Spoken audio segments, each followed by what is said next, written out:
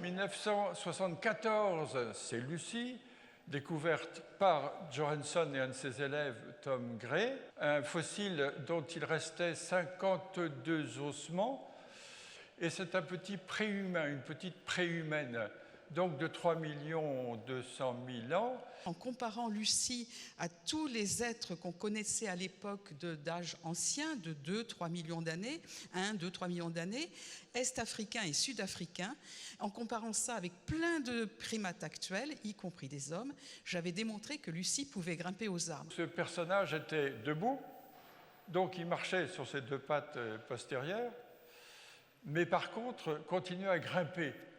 Et c'est grâce à Lucie que l'on a compris que les préhumains grimpaient un petit peu comme ceux d'avant et marchaient un petit peu comme ceux d'après, ce qui est évidemment formidable. Johanson, White et moi-même avons créé en 1978 une nouvelle espèce pour Lucie, que l'on a appelée Australopithecus afarensis, comme vous le savez. Bon, on sait que des restes de l'espèce de Lucie existent ailleurs, au Kenya, vraisemblablement voisine au Tchad, en Tanzanie. Donc, c'est une espèce qui est ubiquiste, qui était très adaptable et ce qui lui a permis de persister malgré ces changements pendant une si longue période. Lucy reminds us of our deep connection to the natural world.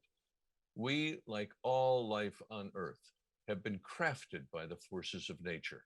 Lucie est devenue emblématique. Lucie est devenue l'icône de l'origine de l'homme, de l'origine africaine de l'humanité. Without question, Africa was the cradle of humanity, the homeland for all humankind. So in a way, we are all Africans. And no matter where we live, regardless of our appearance or behavior, we are united by that past.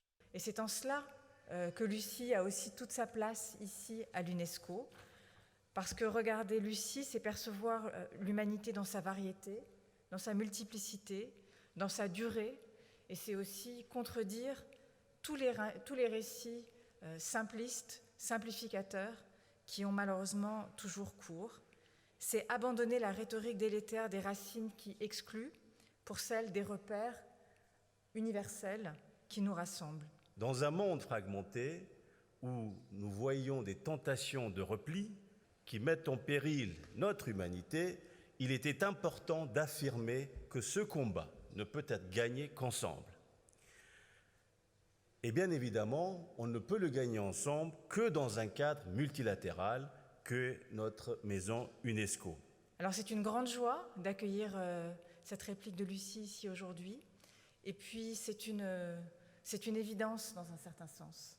C'est une évidence parce que, vous l'avez dit, c'était une expédition internationale qui a fait cette découverte, et c'est la recherche internationale qui nous a fait progresser. Et ici, nous sommes dans la maison où les scientifiques du monde entier dialoguent, par-delà la politique, par-delà les frontières, comme les artistes, comme les musiciens, les chercheurs. Vous avez cette musique aussi qui est cette grammaire universelle.